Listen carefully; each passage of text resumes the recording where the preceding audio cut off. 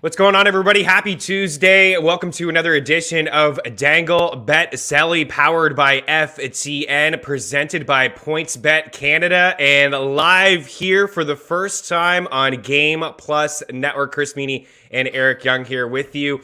Super thrilled to announce that Dangle Bet Celly is live on Game Plus Network on Tuesdays and on Thursdays at 5 Eastern. Eric, pretty cool, man. Always a great lineup over at Game Plus Network, and just thrilled to be part of that fantastic lineup. Yeah, I mean, a huge time for us. I mean, we've been grinding for a while. This is a really cool thing. They put out an official press release. I've got 6,000 media obligations over the course of the next 2 weeks. Which is cool, man. It's neat. It's, people are like, oh, congratulations on the show. Thanks for watching. And we've been doing it for about, 40 weeks. But here we are, getting some cool sponsors on board, Game Plus Network. It's really, really cool to be part of something like this. I mean, hockey for me and you, I think, I'm not trying to speak for you, but that's my sport of choice. So having a successful show like this, that predominantly airs in the United States. I'm living in the United States, and hockey is hanging on by a thread. But we're doing what we can, and it's playoff time, man. This is the best time of year. Goodbye sleep, hello fun.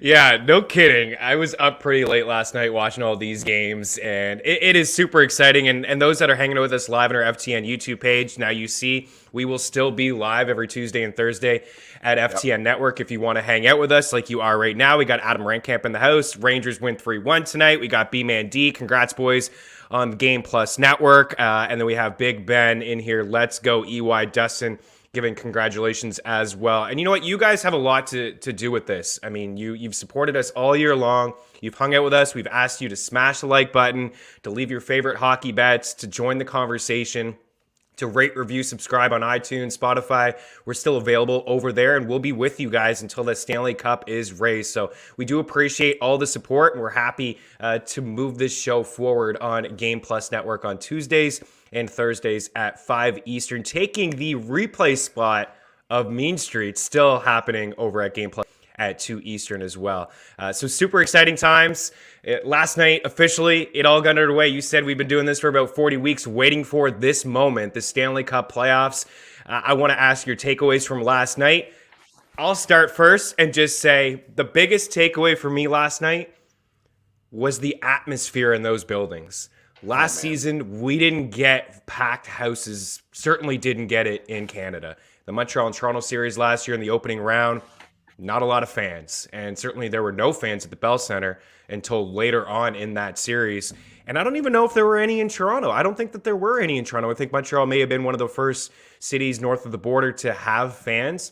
So it was very quiet with the fake noise in the first couple of games in that opening round last year between the Leafs and the Habs. But last night, I'll tell you what, man, Scotiabank Place was rocking. Minnesota absolutely rocking. Rogers Center, not rocking at the end, but certainly moments in that game as well. Man, it was just electric. And playoff hockey is just a different beast, dude. Yeah, definitely. And, even with the Maple Leafs, that building has some notoriety for being quiet and being very corporate. Even the dudes with business suits were chugging beers and letting her rip last night, man. It was awesome to see. And I mean, you have to be dead to not feel that energy, even through the television. Even after, all the games, after LA won late last night, I was buzzing, man, for sure. I had troubles falling asleep. I usually do anyways. Last night was no different. Great lineup of games tonight. The playoffs are underway. It's awesome, man. And like you said earlier, I don't want to overshadow that, but we're not in this position without the people, the people that are in the chats and the people that are downloading the show and liking the show and sharing the show and talking about the show. None of this happens without you guys, and we are forever grateful. I know for me, and for you too, without them, there is no show. And this allows us to do this really cool thing, help build this really cool community, be part of this really cool group of people that love hockey and support each other. And we've given some bad bets. We've given mostly good bets. I think we're probably on the positive for the year. And we got some cool ideas for next season. But the playoffs are underway, man. Let's get into this. I'd say we are in the positive for this season. You've called a lot of goals. We don't want to pat ourselves in the back too much. We want to finish strong here on this show. But also, if you are looking for an FTN betting package, we're at 90 units. I'm at 90 units. We got a guy, Griffin Swanson, who really just joined the FTN betting family on the NHL side about a month ago. He's up double-digit units as well. So it's been a pretty good regular season. We've called a few things. We've certainly been wrong about a few things as well, but we hope to carry that over. We have a link inside the description of this video. If you're watching on Game Plus Network and you're looking to be part of the FTN betting family, I have a link inside the description of this video on our YouTube page, bringing you right to ftnbets.com. We have the bet tracker, where we keep track of everything: sides, props, parlays, totals, absolutely everything, futures. It's all there, so you can see, you can pick and choose which player you kind of want to tail, which person you want to tail. Maybe somebody is better at sides, somebody's better at totals, somebody's better at props. You can use the promo code NHL. That'll save yourself a little bit of cash. And when you have the FTN betting package, you get all the picks from all the sports across everybody, access to all the tools, Discord channel, everything, absolutely everything. And some things were pretty good yesterday. Some chalk hit for us. We've been attacking the Edmonton Oilers overs. That happened last night. An upset win, I guess, for the Kings in game one, considering the Oilers had rattled off 14 wins over their last 15 at home. A little bit of a miscue by Mike Smith towards the end of that game to give the LA Kings the victory. But we did have Adrian Kempe in there as a 2-unit shot prop play. He hit that in the first period with 4 shots in the first period. So we will be given. He's been unbelievable this season. A real breakout campaign for Adrian Kempe, and the Kings are up 1-0. But yeah, we've been giving picks. We'll continue to give picks until the Stanley Cup is raised, and of course we'll be giving them here on the show today on Tuesdays and Thursdays. But if you're looking for more action, FTNbets.com, up 40 units on sides and 30 on props. You want to recap a little bit last night before we take a look at the 4-game slate here tonight? Let's start with the Maple Leafs. A 5-0 victory on home ice. I see the comment from B-Man, the Leafs building was nuts. It really was nuts. Part of that, I guess, is last year they weren't in the building, like we said, in the playoffs. To me, and it's just one game, but it did feel like the Leafs absolutely played a perfect game last night. I saw urgency in their game. They were, from start to finish, I don't want to say that they wanted it more than Tampa, but they looked like a team that hadn't won 4 games in the first round of the playoffs in 18 years. And the Bolts looked like a team that had won back-to-back Stanley Cups and that they were just going to kind of cruise by. And Cooper said after the game that it was a freebie. It was a layup. They gave Toronto a freebie and a layup, and he expected a better effort from his squad. But, man, the way that game started last night, Eric, with the early power play and then the 5-minute power play, not only did Tampa fail to get a shot on that 5-minute power play, they didn't even get a shot attempt. The Leafs penalty kill has been great all year. It was great last night. Mitch Marner was fantastic. He finally scored a goal for the first time in the playoffs in 18 games. Matthew got on the score sheet twice. Leafs looked really good. It's just one game, but they looked really good last night.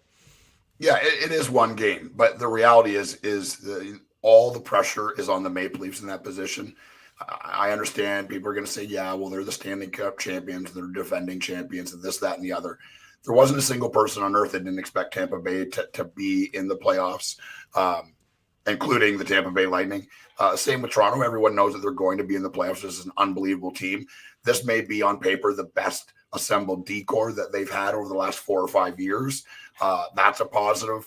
And Campbell, for him, he just has to be decent, right? Like he doesn't have to be a game changer. He just has to be decent. For the shots that he did have last night, he looked good. Tampa Bay looked, not concerned. And, the fear for me as a Maple Leafs fan and a person that's cheered for them is that's a wake-up call. For those guys, they're all crazy. They're all crazy competitors. They're all high-level athletes, and they were just embarrassed. And Tampa Bay is going to show up in game 2. It will not be the same. They're going to have to fight for every inch. Toronto proved that, even losing a guy going down a man early in that game, that they have pushed back. It was physical. It was fast. It was beautiful, man. It was playoff hockey. inject it right directly into my veins. I wish that's what hockey looked like all year round, but this is what the regular season is the build up for. So it's that lull at the end of the year where you're just kind of waiting for it to be over, and then the first night of playoff games, and they delivered. And for me, huge delivery by the Maple Leafs. It is one game, but my God, they looked incredible last night. They controlled basically the entire game. Yeah, they really did. And, courtesy of Natural Stat Trick, take a look at some of the 5-on-5 numbers. The Lightning have the edge in some of those, like shot attempts and shots and scoring chances. But most of that really came in the third period when the game was really kind of out of reach at that moment. The difference in that first game, I think, was special teams. And you got to feel for a guy like Marner, too, right? Kind of getting off to Schneid, scoring that goal. Yeah. He heard all the noise in the offseason. Not getting on the score sheet in the 7-game series against the Habs, at least not scoring a goal. But for him to do it early and often, and to me, looking like the best player on the ice last night, it was certainly a big moment for him in the Maple Leafs. But again, it is just one game.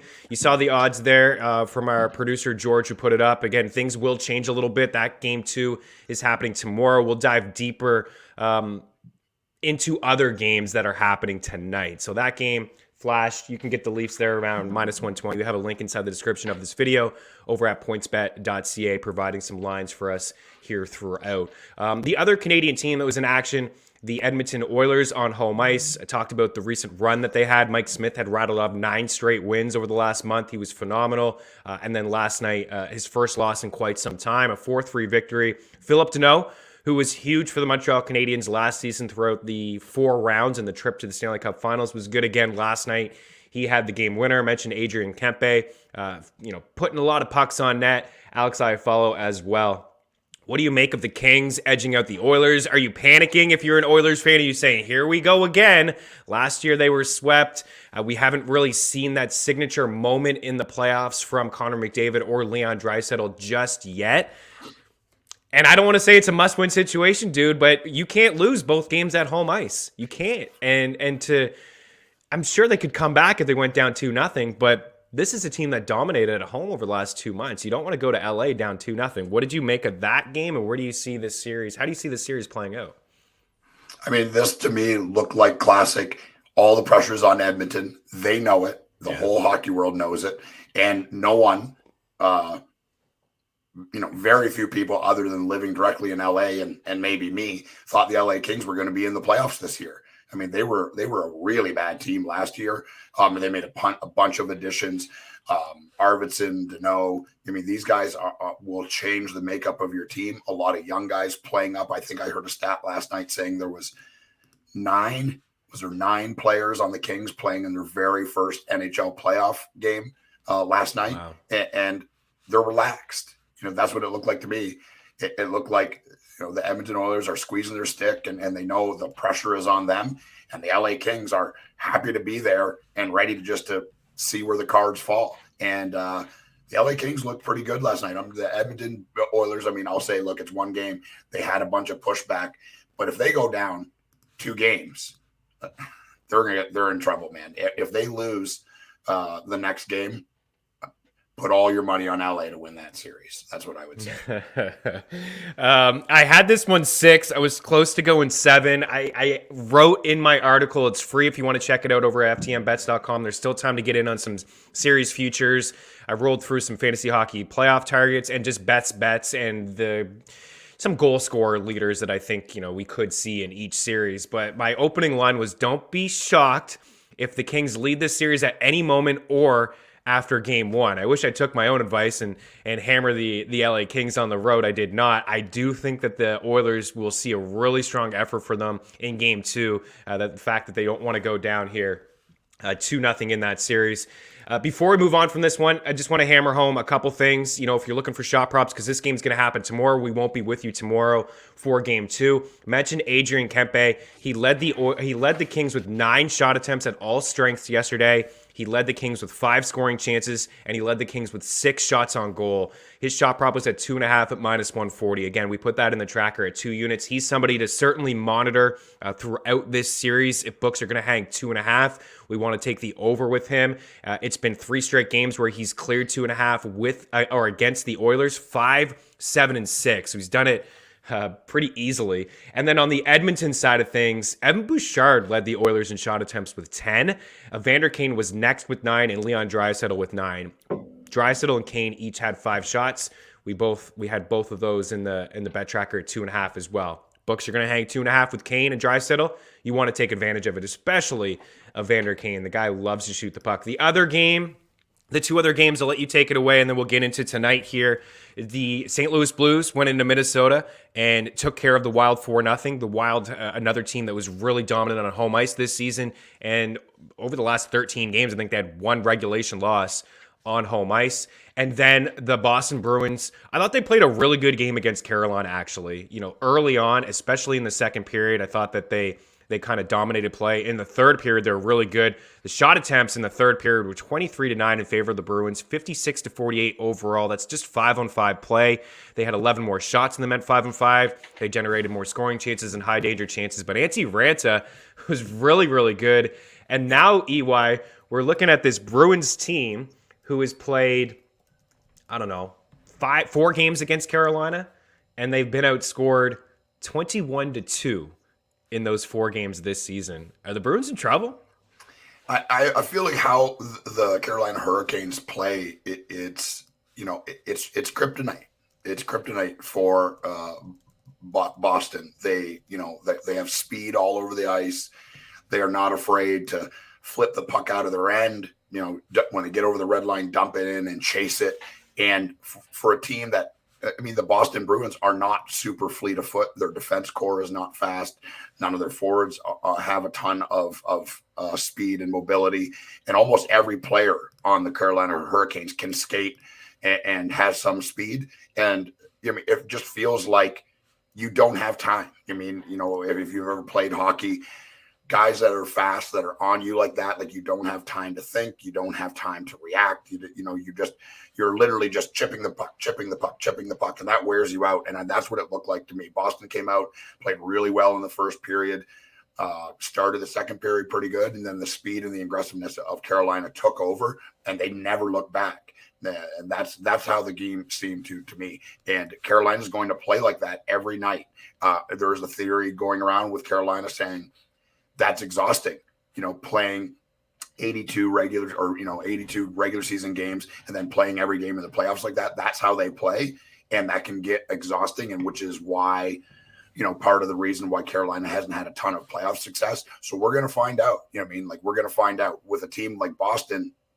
Man, Carolina is a nightmare matchup for them just because of their aggressiveness and their speed. And it showed big time last night. Yeah, it did. And so, again, just rolling through some of the matchups between these two teams this season, Carolina 3-0, Carolina 7-1, Carolina 6-0. And then last night, that game was pretty tight, but a lot tighter than I think the final box score at 5. Yeah, for sure. 5-1. Taylor Hall got a goal there. You see the Dangle bet Celly passed courtesy of George there from Pasternak. No surprise that he did lead all shooters in that game with 10 shot attempts, and he had 5 shots on goal. Got the Svechnikov and Aho 2.5 shots. So they're 2 Carolina players that I would target. Did not get Tony DeAngelo. It felt like we got burned a little bit. He was plus 145. It did lead the Hurricanes with 7 shot attempts last night. He only had 2 shots. So it's going to be a low-scoring affair, I do believe. Both teams are really stingy at 5-5. They don't give up a whole lot. They both have really strong special teams, especially Carolina, checking in with the best penalty kill in the NHL. I do believe that series will be low scoring. I don't want to count the Bruins out yet. I had this series going the distance, and I still do believe it will go 7. Let's quickly wrap up here the St. Louis and Minnesota one. We do have Adam Rentcamp in the house as his Blues dominated last night. He hopes they can keep it up. Spurgeon should be suspended, by the way. That was nasty. I also thought the Clifford hit was absolutely atrocious. There's no need in it. No need of it. Nope. Who knows? We may not even see Clifford again in this series anyways, even if he isn't suspended. I'll give a little bit of pushback, and maybe this has nothing to do, actually, of me having a soft spot for Minnesota. Last night, when you break down these two teams, Eric, one team is extremely good at 5-5 play, and that's Minnesota. The other team in St. Louis, their special teams, phenomenal. Top 3 power play, top 5 penalty kill. Blues last night, 2 power play goals. The 5-on-5 play, just listen to the shot attempts alone at 5-5. In the first period, Minnesota 15-7, Second period, Minnesota 16-6. Third period, game kind of out of hand, 13-4. Overall, 44 shot attempts and only 17 for the Blues. The shots, 32-15. The scoring chances, 18-7. The high danger chances, 12-4. Minnesota brought it last night. I thought they played pretty good, honestly, on home ice. They got off to a slow start. St. Louis got a couple goals early. Their experience, Husso was phenomenal. I think this is going to be one of the most entertaining series. Oh, yeah. And it was extremely nasty and physical. That was a wild first game last night. Who do you like to win that series, knowing that St. Louis is up 1-0? Who do you like? It's a really hard one to pick. I mean, Ville Husso looked unbelievable. He looked like the kind of goalie that, like, he's playing in his first playoffs. Just battling, making these crazy staves, coming all the way across the ice. Like, he looked awesome last night for St. Louis. But I think if you covered up the score and didn't show me any of the goals, like you didn't show me any of Minnesota's goals, you just showed me the 5-on-5 play or even the power play, but you didn't tell me the score and didn't show me any of the goals, I would say Minnesota. I would bet that Minnesota wins that game. They outplayed St. Louis, and I think if you're a person that has watched any amount of hockey, you watch that game. St. Louis got lucky. Look at you can only win the games that they put in front of you, and they won that game. Ville Husso played unbelievable, but I believe Minnesota outplayed them. Minnesota's got to stay out of the box. They do. That's it. I mean, it's that they simple. Can't lose their identity. They need to be aggressive. They need to be physical. That's part of who they are as a team, and they have to keep that. But they have to stay out of the box. They've got to keep this game 5-on-5, and if they do that, I do think this is going 7. And can you remember a time ever in your history of watching hockey where there's so many question marks at goalie in the playoffs? Oh, I'm talking goalies A and B, injuries to starters. Like, it is. I can never remember it. Like, there's often one or two, but there's a question at goalie in almost every series.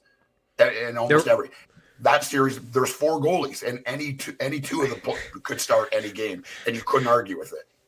I jumped on the NHL on Ice Fantasy podcast with Pete Jensen and Nick Alberga on Sunday, and they gave me the over-under on goalie appearances in that series at 3.5, and I took the over 4.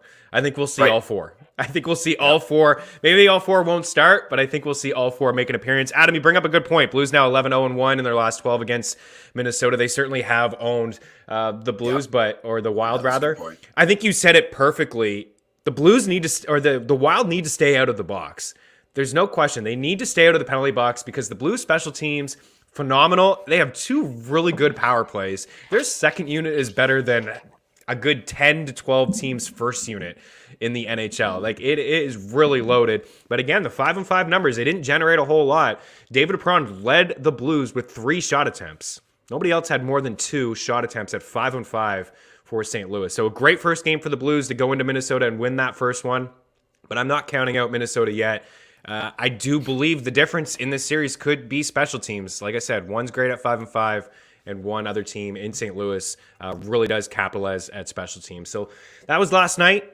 Let's get into tonight. Game 1s across the board. Let's start with the Rangers and the Pittsburgh Penguins. This is one of the teams that you kind of alluded to have some issues in goal as of right now. We got the Rangers home ice favorites here, -131. The total at 5.5, and Pittsburgh checking in at +110. Check out our free parlay calculator and prop shop to get the best possible odds, and also make sure you check out PointsBet.ca for the latest, as they are providing the lines for Dangle Celly here, presented by Game Plus Network. So I'll let you take this one away. What's your initial thoughts on Game 1 here tonight? And also, I want to get a prediction out of you. Who do you think wins this series?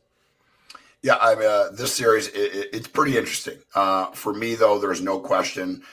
It's the New York Rangers night tonight. I believe the New York Rangers win this game. And it really just comes down to, it's Casey DeSmith. I mean, He hasn't been good, maybe ever. He has not been very good this year in relief of Jari. And when you're up against, the possible probable Vezina winner, in my opinion, and Igor Shesterkin, and the reality is the New York Rangers, they've been pretty good all year. Chris Kreider is having an unbelievable season.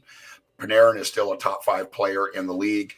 They've got Adam Fox on the back. They got, they got better by getting Kopp. Lafreniere, I think, is still coming into his own and has gotten better and better over the course of the year. The New York Rangers are a really, really good hockey team. In my drunken preseason bets, I put them to win and play for the Stanley Cup, and I'm really happy about that, man. The reality is you show me a good goaltender, I'll show you a good team. New York Rangers are the epitome of that, and I think sneakily have put together a really, really good team and have an unbelievable coach. So the Rangers are going to be tough. They're going to be a tough out. I just don't think Pittsburgh has the firepower to hang with them. I understand they've got Crosby, they've got Malkin, they've got Gensel, they've got Rust. Rust has been almost invisible for the last month of the season. Gensel's been up and down. Crosby's been okay. Malkin has come forward a little bit, but there's just too much depth on the Rangers, I believe, and it just comes down to it's Casey DeSmith versus Igor Shesterkin. It's David and Goliath. Rangers win tonight. Rangers win the series in 5. Ooh, 5. Yeah, I got them in 6. I'm with you kind of lockstep. It's, as you said earlier, with just so many teams with question marks in goal, not having Tristan Jarry, even though Tristan Jarry, it was a really good first 2 months of the season for him, and then he kind of cooled off a bit, but not having him between the pipes, it's a big loss, right? Casey DeSmith, you said it, he's not the same, and it's a complete mismatch on paper with Igor Shesterkin, who will win the Vezina and should be nominated for the Hart, but that's another conversation for a different day. There's just a lot of different there's a lot of different options for the Hart Trophy this season. It's been a wild craziest year. One I can ever remember. Oh, yeah. We got multiple guys with 100 points. You can make a case for Matthews and Goudreau and McDavid and potentially Huberdeau and certainly Igor Shesterkin. I think he's the reason there. Vladimir checks in. There was one game like 2 weeks ago where Casey DeSmith had 52 saves. Yes, I picked him up and streamed him in that matchup. I was actually thinking about it, Vladimir, when EY was saying that Casey DeSmith maybe was never good. That night he was good with the 52 saves, but dude is going to have his hands full, I think, in this series. And even with the Penguins, I don't want to take a look at head-to-head matchups too much, but we have to kind of bring it up with you guys. Why wouldn't we? 4 games this season between these two teams. The Rangers won 3 of the 4. The Penguins won the first one 1-0 earlier in the season. And then the last 3 matchups, a 5-1 victory for New York, a 3-2 victory for New York, and a 3-0 victory for New York. Those 3 games came in a 2-week span from March 25th to April 7th. So not that long ago. And the Rangers really kind of dominated those games. A couple of them came on home ice at MSG, which is huge, and that's where Game 1 will happen here tonight with the Rangers having home ice. But the Pittsburgh Penguins only managed to score 4 goals in 4 games against New York, and they were held to 2 or fewer in each of those games. I think that's the difference. Igor Shesterkin's the difference, I believe, in this series. There are a couple things that I do like here tonight. I like Sidney Crosby at over 2.5 shots. I like Chris Kreider at over 2.5 shots. I think if you're looking for a long shot plus money play, Rickard Rakell's at 2.5 plus money. He lost a spot in that top line. I think Brian Russ is certainly in play as well. I'm looking at the shooters for the Penguins. I do think that they will be able to put some pucks on net against the Rangers, because that's the glaring hole that I see from New York. When I look at some of their 5-5 numbers, I see a team that shots for, second last in the NHL. Pittsburgh, number 6. Shots against, New York kind of middle of the pack. Pittsburgh, middle of the pack. High danger chances for, Rangers, bottom 10. High danger chances against, Rangers giving up the 8th most. So they are giving up a lot of chances at 5-on-5, but Igor is there to kind of save them. And that's, again, what I think will be the difference. But I'm not going to shy away from a Crosby. I'm not going to shy away from a Brian Russ for shot props. The long shot would be Rakell. I see Adam checking in. Artemi Panarin assists, -110 is pretty nice. I do like that. I sometimes shy away from the power play assists, but I do like him to be the kind of the X factor offensively in this series for New York. I also like Adam Fox for just a straight-up point at -125, and then Mika Zibanejad -160 for a point. You're the goal scorer caller on this show. Who finds the back of the net in this game? Is it Kreider? Yeah, that's what I have. He's been feeling it all year. I'm not going to pick somebody else to score there. That's what I think. I mean, the odds aren't crazy for him, right? Like, you're not gonna to win a ton. It's plus 110. I'm seeing here. Chris Kreider. And I got Evgeny Malkin. He's played pretty good hockey down the stretch. And when he decides, he can take over a game. So that would be my choice for Pittsburgh. But yeah, Kreider and Malkin, those are my two picks for goal scorers. And also I'll throw to Andrew Kopp because we've been talking about him quite a bit since the trade deadline, the addition. Vetrano's certainly has gotten some love from us, up on that top line, scoring some goals, heavy shot, not afraid to shoot the puck, but we're getting Andrew Kopp at minus 105 for a point tonight. He's over a point per game in the 16, 18 games that he's played here with the New York Rangers since the trade from Winnipeg. Andrew Kopp, not a bad option, and playing with Panarin as well. And, when you play with Panarin, you sometimes fall into some points. Rank Camp, this is another Blues wild game where Pittsburgh is the experienced team coming into a ramped-up Rangers team at home. Yeah, I see that for sure. And I've tried to give the benefit of the doubt to the Penguins over the past couple years in terms of experience, EY, because they do have a lot of it. Crosby and Malkin, These guys get 3 cups each. Letang, right? I mean, they have a ton of experience on their squad. But what has gotten them in trouble over the past couple of years, not getting out of the first round, is goaltending. A couple of years ago against the Habs, they went Jarry and Murray. They couldn't figure out which one. Carey Price outdueled them. And then last year against the Islanders, same sort of deal, right? They weren't getting the goaltending from Tristan Jarry in that series. So, like the Rangers tonight, got to lean to the under 5.5. I think New York and the under makes for a decent little parlay in here. Like Adam Fox to have a point, like Kopp to have a point. I'm going to bank Sid and Russ to get some shots on goal. All right, let's move on to the next one. Florida and Washington here. So the Panthers, the league's best team in the NHL and the best team on home ice. 34 wins and only 7 losses on home ice this season. They rattled off 7 wins over their last 10. They finished off the season with a 10-1 or 10-2 loss against the Canadiens, right? And that's how you finish off the season. The best team in the league losing 10-1, 10-2 to the worst team in the league. But let's keep in mind Florida rested everybody in that game, which was the second half of a back-to-back. They had played the night before and rested a bunch of guys, and they still beat the Ottawa Senators 4-0. 6.5, no surprise here to see the total at 6.5. I think, Eric, we will see maybe a 7, maybe closer to puck drop or at any moment in this series. Florida, massive favorites to win the series at minus 340. Massive favorites on home ice here to win game 1 at minus 230. The matchups were pretty tight this season. Game 1, Florida, 5-4 victory in overtime on home ice. Washington won the second one on home ice, 4-3. And then Florida took care of the third matchup, which happened on home ice, 5-4.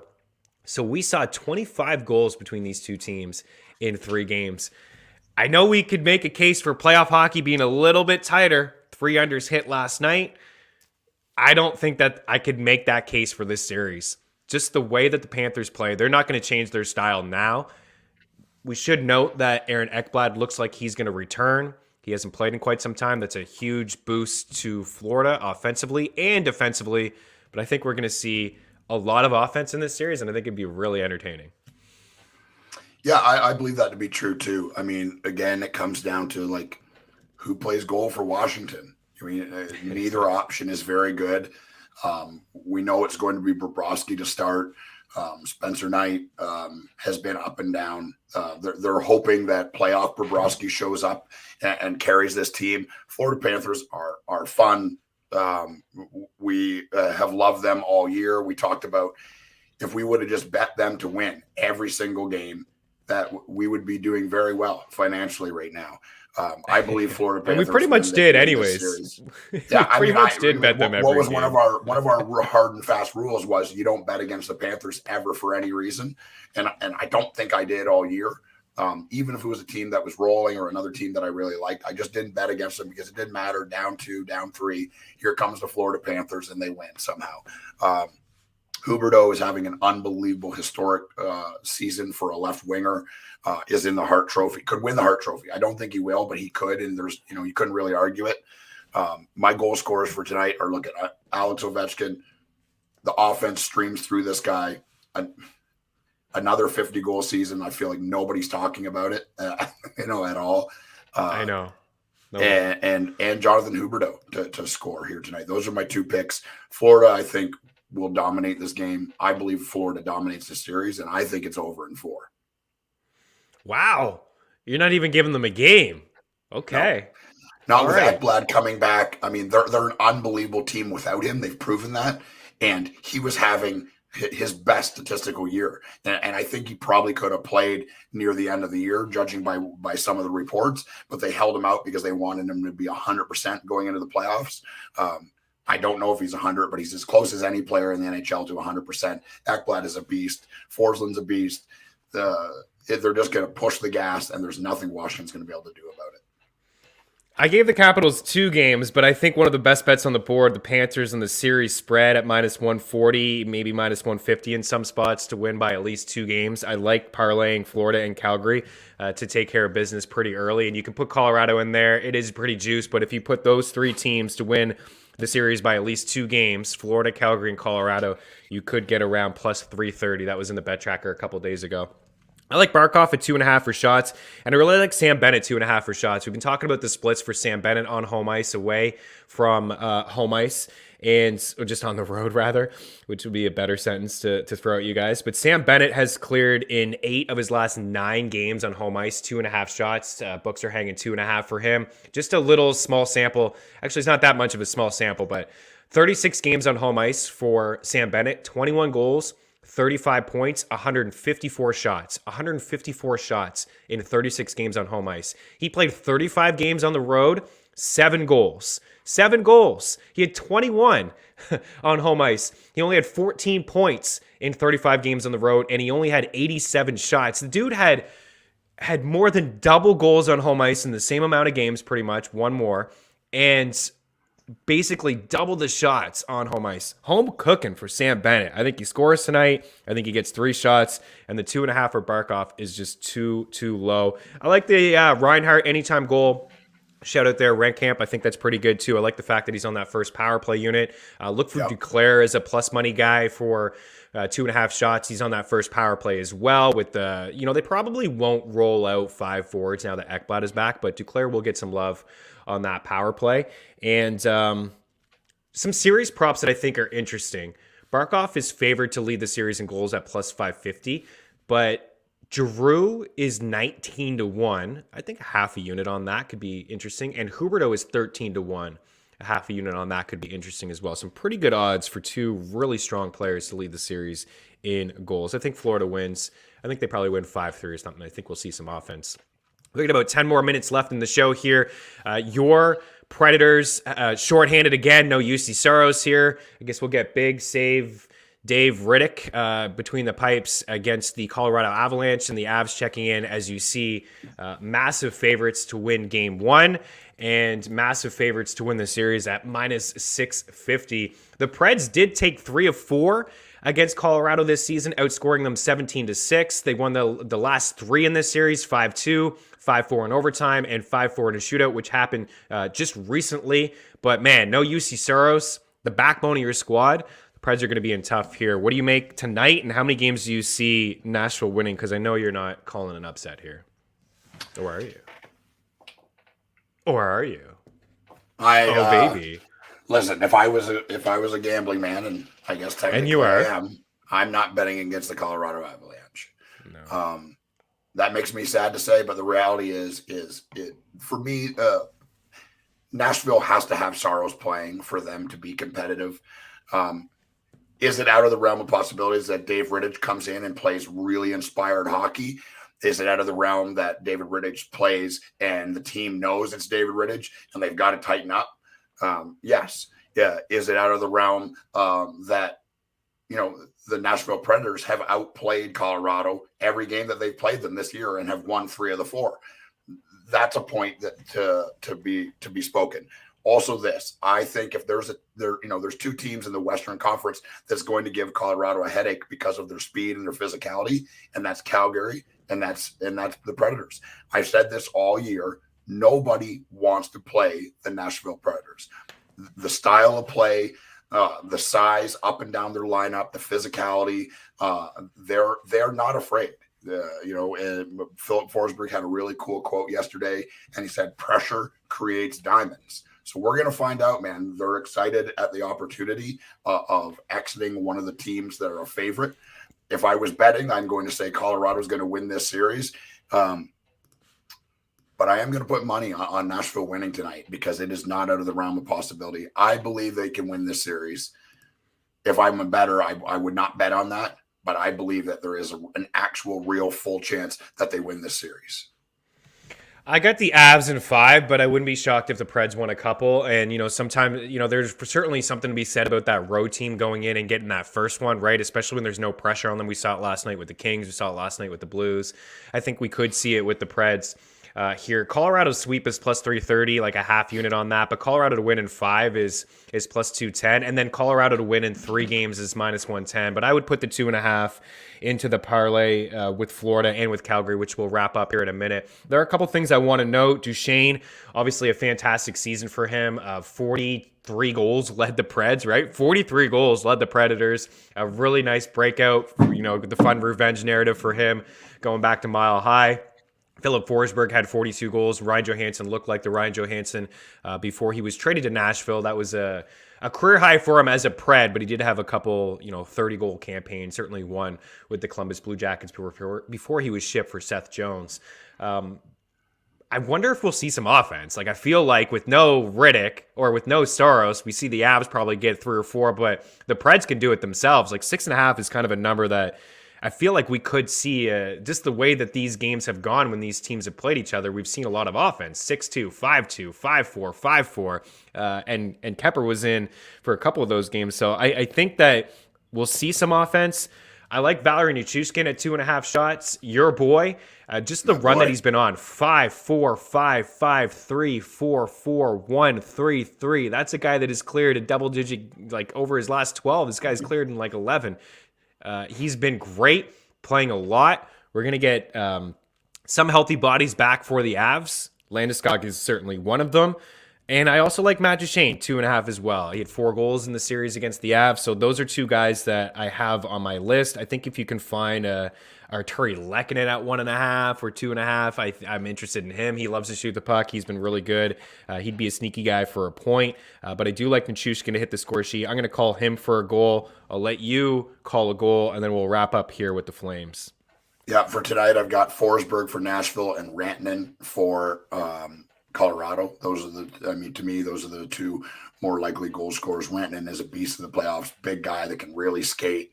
They're going to lean on him to be the guy, and somehow he gets lost on that top line because of playing with McKinnon. But he's an unbelievable player, terrifying player, and Forsberg is going to continue his scoring ways. The pressure's on him to score, and he knows it. He's going to deliver tonight. I like it. I'm going to have a lot more on the FTN Bet Tracker. Some of these assist props are really pretty juicy. Like Landeskog plus 160 for an assist. Are you kidding me? Right? Yeah, on that top power play. I think that's a terrific bet. Even McKinnon is minus 105 for an assist. He's been over a point per game guy in the postseason. Nichushkin's plus 150 for an assist. Going to play on that top line with Rantanen and McKinnon. There's a lot to like here when it comes to assist props. There's something else, but we'll just move on. We'll wrap up here with Calgary and Dallas, the final game of the night. Another massive favorite here, the Flames at minus 230 on home ice, and the Stars checking in at plus 185, and we also have the total here at 5.5. The Flames are minus 300 to win this series. They took 2 of the 3 games against the Stars this season. A couple of them were low scoring. I think this one will be low scoring. I think this is actually going to be a low scoring series, particularly because Dallas goals for this season, 2.84. That was 21st in the league. And goals for at 5-on-5 per 60, 30th in the NHL. 2.21. 30th. They're basically a one-line team. Only Arizona has scored fewer goals than Dallas at 5-5 over the last 5 weeks of the season. Only Arizona and Montreal, I think, have scored fewer goals than Dallas on the road. And they have to start here on the road against the Flames, who just check so many boxes for me.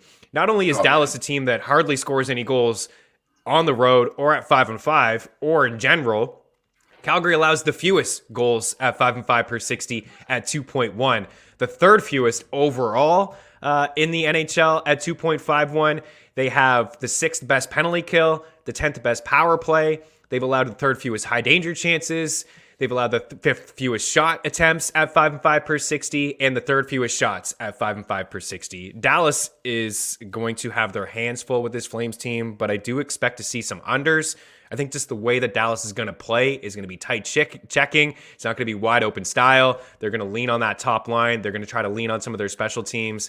I see like maybe a 2-0, a 3-1. I'm going to take Calgary and the under, and I'll probably get involved with the puck line here when it comes to the Flames. Where are you at?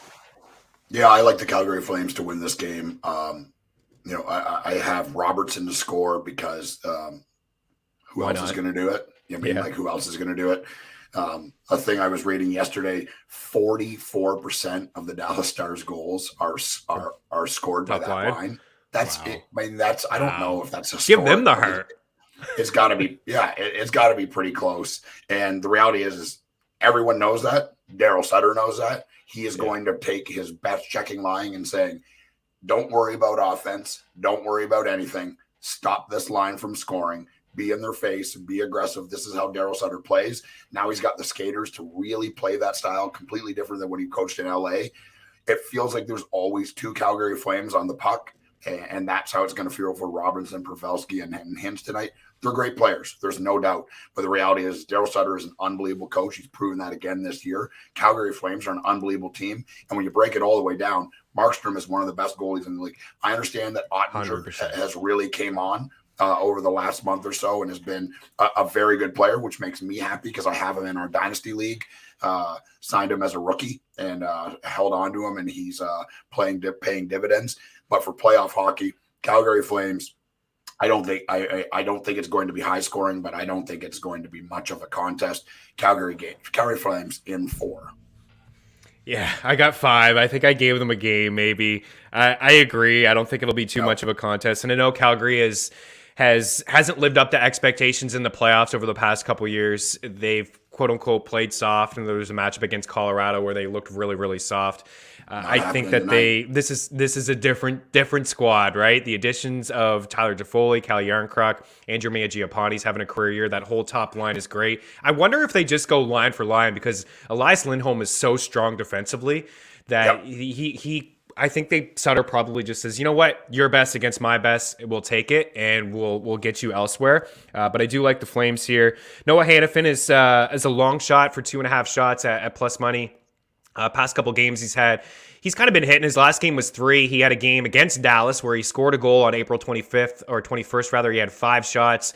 There's a couple other games, 4 shots against Chicago, 6 against Arizona, 4 against Vegas, 3 against Seattle. He's also plus money for a point, and he's got 14 points in his last 12 games. I like Andrew Mangiapane over 1.5 shots, and I like Matthew Tkachuk to score here. Final words on the way out. Vladimir, I see the comment. It's a good comment. The Predators play physical. They play heavy. EY's been talking about that all year. But when you go up against a team that owns the puck, you're going to lead the game in hits. That's it. Yep. When you're chasing the puck all night, like Nashville probably will, they'll be throwing their body around. But they're going to have to play physical against Colorado. Eric, we got about 30 seconds. Any final words here tonight? No, man. Enjoy the hockey. Night 1 was a complete delight. And I believe that night 2 will be no different. This is awesome, man. I cannot wait. I want to just fast forward to 6:00 Central for me.